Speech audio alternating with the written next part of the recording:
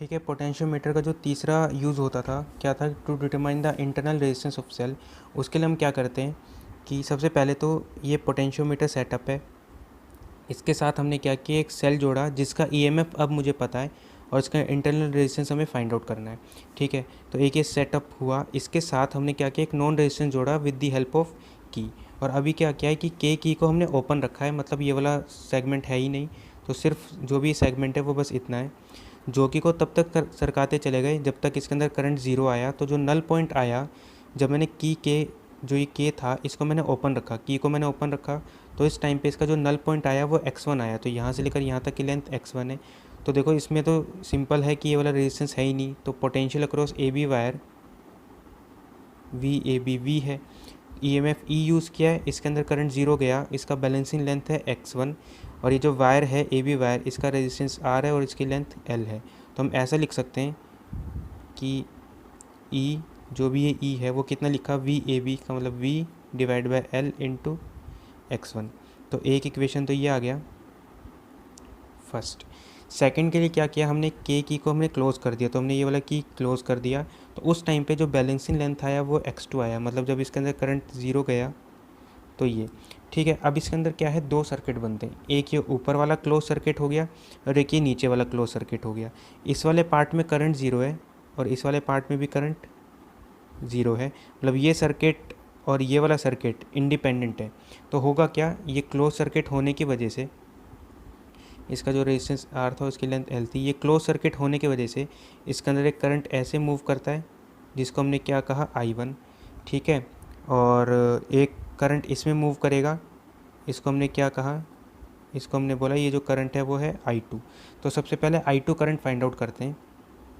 तो current I2 will be, इस वाले सर्किट में बैटरी लगी है ई की और टोटल रेजिस्टेंस है आर प्लस आर, ये सीरीज़ में हो गया, जो करंट इसमें जाएगा वही करंट इसमें जाएगा, तो टोटल रेजिस्टेंस हो गया आर प्लस आर। तो I2 करंट हो जाएगा E divide by R plus R. ठीक है, ये I2 करंट हमें फाइंड आउट हो गया। अब क्या करेंगे कि चाहे यहाँ से लेकर यहाँ तक का एक सर्किट पिक करो, चाहे ये वाला एक सर्किट पिक करो, मतलब नीचे वाले एक सर्किट से ए जे के बीच का पोटेंशियल डिफरेंस निकालेंगे और एक ऊपर वाले सर्किट से ए जे के बीच का पोटेंशियल डिफरेंस निकालेंगे और उसको इक्वेट करेंगे। तो ऊपर वाले सर्किट से अगर निकालें तो इस वाले पॉइंट को मैंने कह दिया 0 वोल्ट, तो इसको भी मैंने बोल दिया 0, ये 0, ये पोटेंशियल डिफरेंस वी, तो ये हो गया वी, तो ये भी कितना हो गया, वी हो गया। तो ऊपर वाले सर्किट से तो मैं डायरेक्ट इसी फॉर्मूले से यूज़ कर सकता हूँ कि वी ए जे जो ऊपर वाले सर्किट से आ जाएगा वो आ जाएगा V A J will be V potential difference of A B divide by जो लेंथ है वायर ए बी का एल इंटू x2।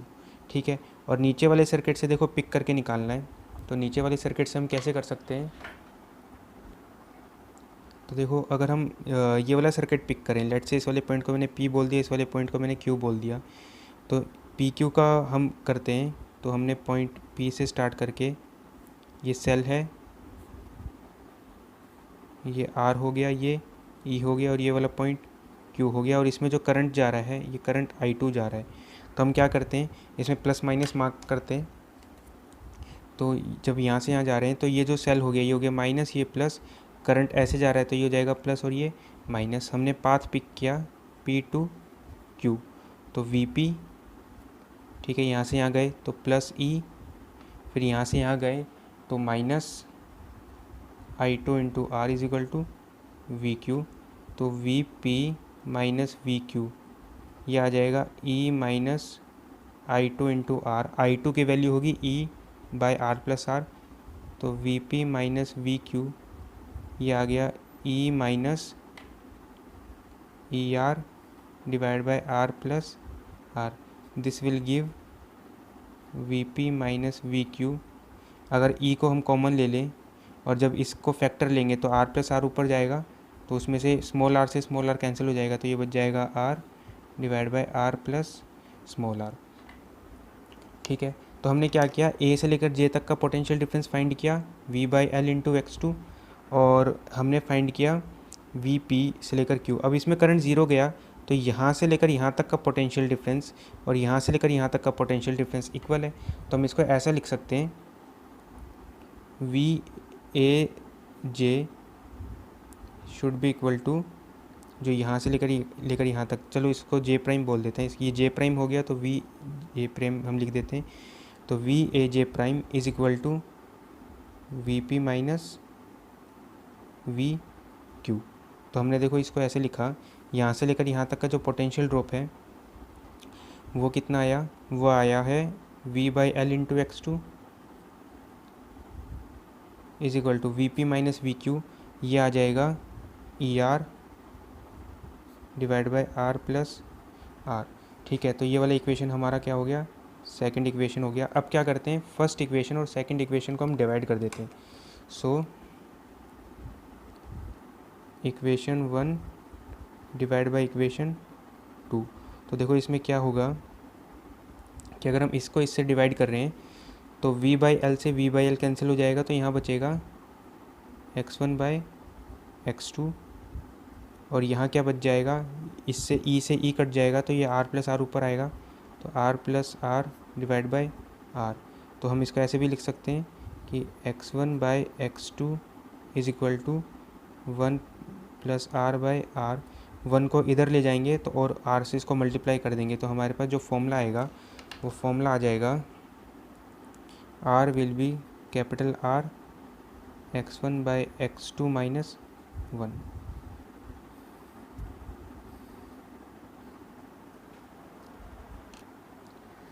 सॉरी, ये जो आएगा ये we P minus V Q नहीं, ये है V Q minus V P. We Q minus V P हो जाएगा ई माइनस आर टू, क्योंकि ये वाला हायर पोटेंशियल होना चाहिए लोअर पोटेंशियल, तो Q minus P is equal to J prime minus A, तो ये है V Q minus V P. ठीक है, तो चलो इसमें जो आर है वो क्या है, इंटरनल रेजिस्टेंस है, इंटरनल रेजिस्टेंस ऑफ सेल। अच्छा, कैपिटल आर हो गया नॉन रेजिस्टेंस,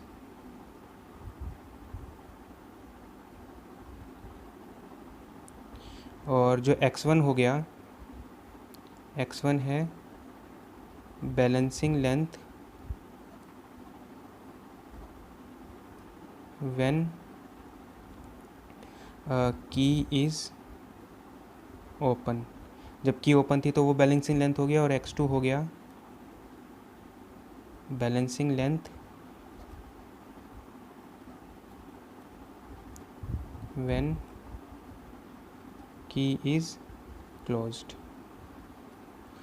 ठीक है, तो ओवरऑल इसमें क्या किया, सबसे पहले हमने देखा कि जब ये की ओपन था तो हमने क्या किया, ए से लेकर जे तक का हमने क्या पोटेंशियल डिफरेंस निकाला, तो E is equal to V by L into x1, ये आ गया पहले वाले सर्किट का।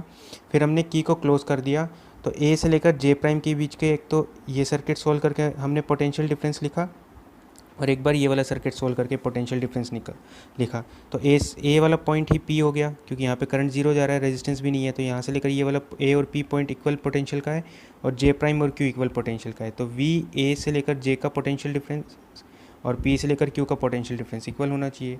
तो हमने क्या किया, यहाँ पर करंट लिखा, करंट का हमने पार्ट बनाया, और फिर हमने we Q minus V P निकाला। फिर हमने वी ए जे प्राइम और we Q minus V P को हमने इक्वेट कर दिया, सेकंड इक्वेशन दोनों को डिवाइड किया, ये रिजल्ट आ गया। तो हम इंटरनल रेजिस्टेंस फाइंड आउट कर सकते हैं अगर हमें नॉन रेजिस्टेंस पता हो तो, और x1 x2 इसके बैलेंसिंग लेंथ हो गए। तो ठीक है, इसके ऊपर एक क्वेश्चन है कि ऐसे एक पोटेंशियोमीटर सेटअप है जिसमें ये R की वैल्यू 4 ओम है और ये स्विच है S। जब स्विच ओपन था तो बैलेंसिंग लेंथ 75 सेंटीमीटर था, इसका मतलब है x1 की जो वैल्यू आ गई वो है 75 centimetre. When switch is close, जब इसको बंद कर दिया तो जो बैलेंसिंग लेंथ आया वो 60 सेंटीमीटर है, मतलब x2 की वैल्यू हो गई 60 सेंटीमीटर, और R नॉन रेजिस्टेंस हो गया 4 ओम। तो ये तो फॉर्मूला बेस्ड क्वेश्चन हो गया, internal resistance will be R x1 by x2 minus 1। तो इंटरनल रेजिस्टेंस लिख सकते हो, R will be 475 by 60 minus 1। 60 ऊपर जाएगा तो 15 बचेगा, 15 इंटू 4 60 बाई 61, तो ये आ गया 1 ओम। तो एक फॉर्मूला बेस्ड क्वेश्चन हो गया जो बोर्ड्स में आता है। तो हमारे पास नया क्वेश्चन कुछ ऐसा है, हमने बस क्या किया कि जैसे इसमें सेल के पैरेलल हमने सेल के साथ हमने एक रेजिस्टेंस जोड़ा था, इसमें भी क्या किया, सेल के साथ एक रेजिस्टेंस जोड़ा है, बस इसमें क्या है कि हमें इनिशियल और फाइनल बैलेंसिंग लेंथ हमें पता था, इसमें क्या है हमें बैलेंसिंग लेंथ नहीं पता है, हमें ईएमएफ ही दे दिया। तो ईएमएफ दे दिया, इंटरनल रेजिस्टेंस हमें बता दिया, और हमसे अब पूछा है कि जब मैंने की को बंद कर दिया तो इसका न्यू बैलेंसिंग लेंथ कितना है। तो इसको इस वाले फॉर्मूले से नहीं कर सकते हैं क्योंकि हमें पुराना वाला बैलेंसिंग लेंथ नहीं पता है। तो हम क्या करते हैं, इसको मेथड से ही करते हैं। एक बार ये सर्किट सोल्व करके ए से लेकर जे के बीच का पोटेंशियल डिफरेंस लिखेंगे, एक बार ये वाला सर्किट सोल्व करके ए से लेकर जे के बीच का पोटेंशियल डिफरेंस लिखेंगे और दोनों को इक्वेट करेंगे। सबसे पहले इस वाले सर्किट की बात करते हैं। तो यहाँ से लेकर यहाँ तक का जो करंट मूव करेगा वो ऐसे करेगा, तो इसमें ऐसे करंट जाएगा I1। तो सबसे पहले I1 निकालते हैं। तो I1 विल बी, इसका रेजिस्टेंस 15 हो गया, इस वायर का रेजिस्टेंस 10 हो गया, तो टोटल रेजिस्टेंस हो गया 15 + 10। बैटरी हो गई 2 की, तो I1 करंट हो जाएगा 2 डिवाइड बाय 15 + 10, तो 2/25। तो I1 करंट गया 2/25। तो हमें पोटेंशियल ड्रॉप निकालना है ए से लेकर बी का। तो ए से लेकर बी का पोटेंशियल ड्रॉप हो जाएगा I1 × R ऑफ AB। तो I1 हो गया 2/25 × R ऑफ AB हो जाएगा 10, तो 20/25। तो VAB आ गया है 0.8 वोल्ट। ठीक है, तो 20/25 आ गया 0.8 वोल्ट। हमें निकालना है ए से लेकर जे के बीच का पोटेंशियल डिफरेंस। तो हम क्या करते हैं, इस वाले पॉइंट को हमने 0 बोल दिया, तो इस वाले पॉइंट को 2, क्योंकि यहाँ से यहाँ जाएंगे लोअर से हायर गए, तो 2 का पोटेंशियल ड्रॉप इंक्रीज़ हुआ। यहाँ पर पोटेंशियल ड्रॉप कुछ भी नहीं हुआ, तो ये 2 हो गया, तो ये भी 2 हो गया। ठीक है, तो ये वाला पॉइंट भी 2 का पोटेंशियल और ये वाले पॉइंट भी 2 का पोटेंशियल। अब हमने क्या किया कि ए से लेकर जे का पोटेंशियल डिफरेंस फाइंड आउट करना है। तो हम क्या करते हैं कि VAJ निकालते हैं। VAJ will be VAB divide by इस वाली वायर का लेंथ, तो ये तो हो गया AB वायर का पोटेंशियल ग्रेडियंट इनटू में X। ठीक है, तो VAJ जब करंट यहाँ गया तो ये A हायर पोटेंशियल और J लोअर पोटेंशियल है, तो एक्चुअली VA - VJ ये आ गया, ये हो गया 0.8 इंटू जो लेंथ हो गया 1 इंटू X। ओके, अब क्या करते हैं हम या तो ये वाला वायर इस वाले सेगमेंट को सोल्व करते हैं। इस वाले सेगमेंट में जो करंट जाएगा, ये करंट ऐसे निकलेगा, तो करंट ऐसे मूव करेगा, इसको हमने क्या बोला I2। तो I2 करंट हम लिखते हैं, I2 विल बी, ये करंट ऐसे जाएगा, तो ये 15 वोल्ट है, ये दोनों कैसे हो गए सीरीज़ में, क्योंकि सेम करंट इसमें फ्लो करेगा। इस वाली वायर में तो करंट 0 गया क्योंकि नल डिफ्लेक्शन शो करता है, तो इस वाली वायर में भी करंट 0 गया, तो ये वाला वायर ऐसे करंट मूव करेगा इसमें, तो ये दोनों हो गए सीरीज़ में। तो ओवरऑल जो करंट आया वो आया 1.5 डिवाइड बाय 1.2 + 0.3, तो 1.5/1.5 ये हो गया 1 एम्पियर। तो I2 करंट हो गया 1 एम्पियर। अब चाहे मैं क्या कर सकता हूँ कि लेट से इस वाले पॉइंट को मैं P बोल दूँ, इस वाले पॉइंट को Q बोल दूँ, तो VP - VQ = VA - VJ, या इस वाले पॉइंट को भी बोल सकते थे, इसको बोल सकते हैं S और इसको बोल सकते हैं T।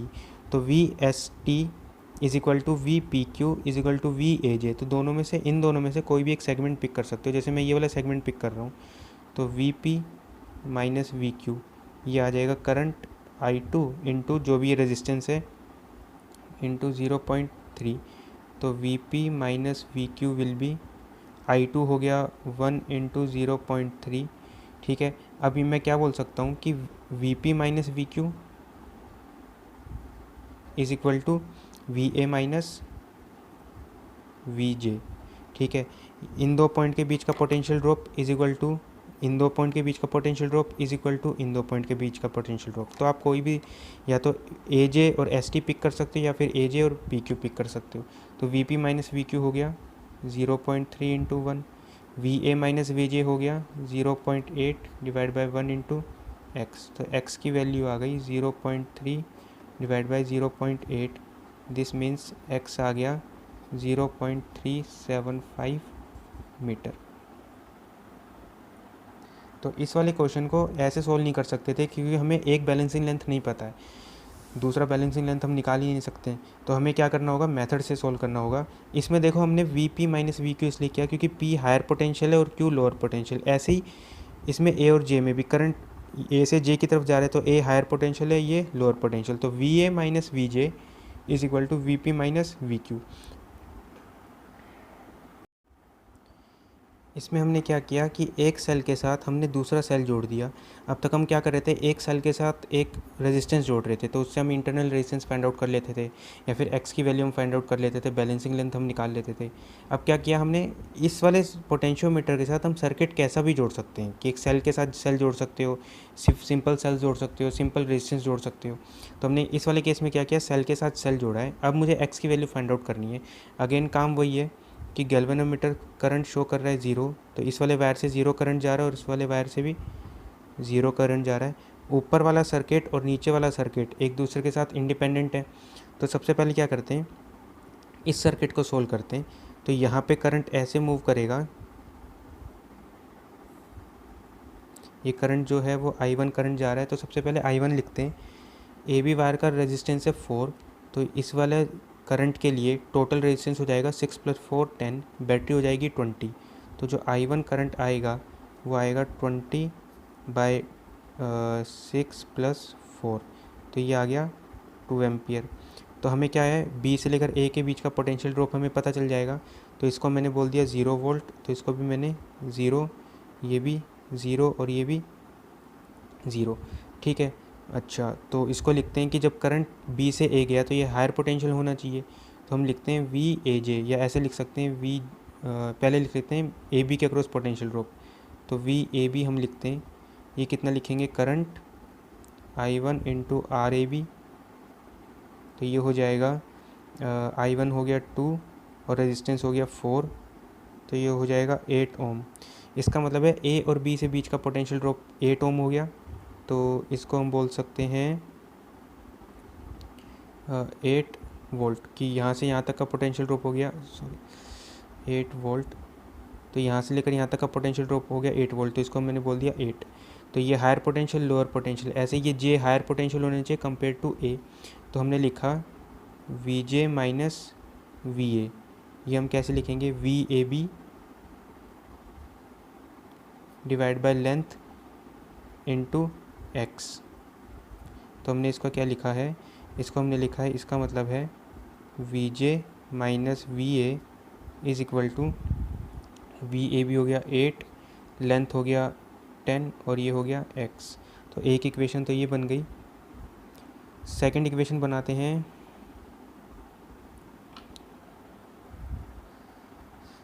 सेकंड इक्वेशन बनाते हैं इस वाले लूप से, ठीक है। तो इस वाले क्लोज सर्किट से बनाएंगे। तो इस वाले क्लोज सर्किट को अगर देखो तो एक्चुअली इसको देखोगे तो करंट ऐसे जाएगा, ये बड़ी बैटरी है और ये छोटी बैटरी है, तो इसमें करंट जो है वो ऐसे मूव करेगा, ये करंट जाएगा I2, ठीक है।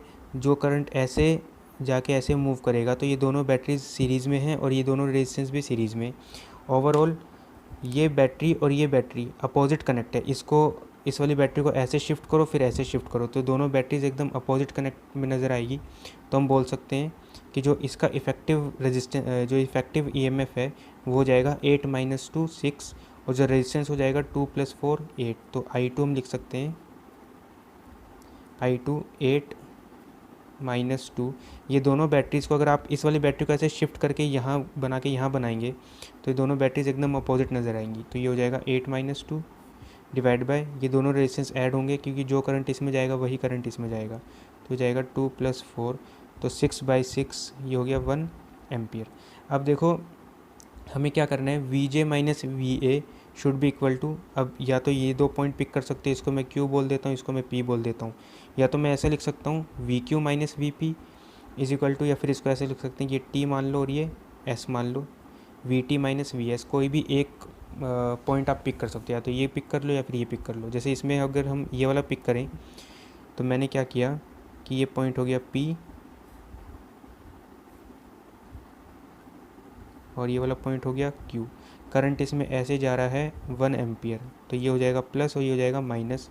ये रेजिस्टेंस हो गया 4 ओम, ये हो गया 2 वोल्ट। तो हमें क्या करना है, V Q minus V P निकालना है। तो मैंने पाथ पिक किया क्यू टू पी, तो वी क्यू, अच्छा ये हो जाएगा प्लस ये माइनस, जब यहाँ से यहाँ जाएंगे तो पोटेंशियल ड्रॉप हो जाएगा 1 × 4, तो एक तो -1 × 4, फिर यहाँ से आ जाएंगे तो फिर से प्लस से माइनस, तो -2 is equal to V P, तो V Q minus V P is equal to 2 + 4 हो जाएगा 6। तो ओवरऑल क्या बोल सकते हैं कि V Q minus V P is equal to V T minus V S is equal to V J minus V A. तो मैंने ऐसे लिखा V Q minus V P is equal to V J minus V A. ये higher potential, ये lower potential, तो magnitude wise दोनों को equate करना होता है। तो ऐसे ये हायर पोटेंशियल, लोअर पोटेंशियल। तो अब हमने लिखा V Q minus V P 6, V J minus V A is 8/10 into X. इससे जो x निकल के आ गया वो x आ जाएगा, ये आ जाएगा 3.5, तो चले जाएगा ये 7.5 metre. V S minus V T ऐसे भी कर सकते थे कि V T minus V S is equal to V J minus V A, तब भी यही आंसर आता। इसमें जो आखिरी बात है, जो भी इंस्ट्रूमेंट है इसको भी और सेंसिटिव बना सकते हैं। सेंसिटिव होने का मतलब है कि ऐसा इंस्ट्रूमेंट जो कम से कम पोटेंशियल को मेज़र कर सके। अगर एक पोटेंशियोमीटर मेज़र करता है 1 वोल्ट को, कि इससे छोटे पोटेंशियल डिफरेंस को मेज़र नहीं कर पाता। एक पोटेंशियोमीटर मेज़र कर पाएगा 0.1 वोल्ट के पोटेंशियल डिफरेंस को। तो 0.1 वोल्ट के पोटेंशियल डिफरेंस को जो मेज़र करेगा वो पोटेंशियोमीटर अच्छा है, वो ज़्यादा सेंसिटिव है। तो potentiometer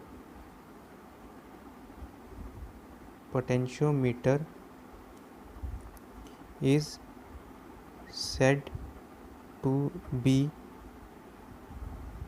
more sensitive if it can measure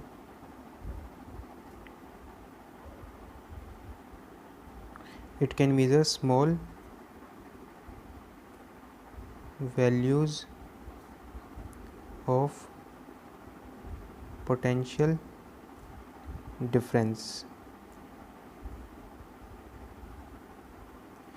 कि जो पोटेंशियोमीटर छोटे से छोटा पोटेंशियल डिफरेंस मेज़र कर लेगा वो ज़्यादा अच्छा इंस्ट्रूमेंट है, वो ज़्यादा सेंसिटिव है। तो इसको ज़्यादा सेंसिटिव बनाने के लिए हम क्या कर सकते हैं कि हम एक्चुअली पोटेंशियल ग्रेडियंट की बात करते हैं, कि जिस पोटेंशियोमीटर का पोटेंशियल ग्रेडियंट छोटा होगा वो ज़्यादा अच्छा सेंसिटिव इंस्ट्रूमेंट कहलाएगा, क्योंकि वो छोटे से छोटा पोटेंशियल डिफरेंस भी मेज़र कर पाएगा। For potentiometer to be more sensitive, जो इसका V/L होना चाहिए, कि अगर पोटेंशियोमीटर को मुझे ज़्यादा सेंसिटिव बनाना है तो इसका जो V/L होना चाहिए, it should be very small. तो अगर इसको मुझे बहुत छोटा बनाना है तो या तो ये कर सकते हैं कि जो बैटरी हम लगाते हैं, एक्सटर्नल बैटरी जो लगाते हैं वो बहुत बड़ी कर दो, क्योंकि अगर बैटरी बहुत बड़ी होगी तो VAB बहुत बड़ा हो जाएगा। या फिर क्या कर सकते हैं कि जो भी लेंथ है, या तो बैटरी जो भी हम लगाते हैं वो छोटी से छोटी लगाएंगे। इसको स्मॉल करना है तो बैटरी को छोटा लगाओ, तो जो VAB आएगा वो छोटा होएगा, तो V/L ओवरऑल स्मॉल हो जाएगा, तो पोटेंशियोमीटर सेंसिटिव हो जाएगा। या हम क्या करते हैं, जो लेंथ ऑफ पोटेंशियोमीटर वायर है उसको बहुत बड़ी कर देते हैं। इसलिए हम क्या करते हैं, ये बड़ा सेटअप इसलिए कहलाता है क्योंकि जो पोटेंशियोमीटर वायर होता है उसका लेंथ 10 मीटर का होता है, 12 मीटर का होता है। तो इसलिए ये बहुत बड़ा सेटअप कहलाते हैं, इसलिए ये बहुत बड़ा सेटअप बन जाता है। तो इसको इसलिए ही यूज़ भी नहीं करते हैं, इसलिए वोल्टमीटर ज़्यादा यूज़ करते हैं। तो इसको ज़्यादा सेंसिटिव बनाने के लिए हम क्या करते हैं, V/L को छोटा करते हैं। तो V/L में V को नहीं हम चेंज करते हैं ज़्यादा, हम क्या करते हैं, लेंथ को इंक्रीज़ कर देते हैं। Length of potentiometer wire is very large. इसीलिए जो ये सेटअप जो होता है वो बहुत बड़ा सेटअप हो जाता है। तो आज हमने पोटेंशियोमीटर वायर के बारे में सीखा, ये पोटेंशियोमीटर के बारे में सीखा कि उसमें एक इजी क्वेश्चंस भी किए, फिर थोड़े अलग क्वेश्चंस भी किए, फिर लास्ट में हमने सेल के साथ एक और सेल जोड़ने वाला भी क्वेश्चन किया, और लास्ट में हमने सेंसिटिविटी की भी बात की कि ये पोटेंशियोमीटर एक बड़ा सेटअप इसलिए बनता है ताकि ये बहुत ज़्यादा सेंसिटिव हो। ज़्यादा सेंसिटिव होने के लिए इसका जो वायर होता है वो बहुत बड़ा 10 मीटर का, 12 मीटर का हमें वायर रखना पड़ता है।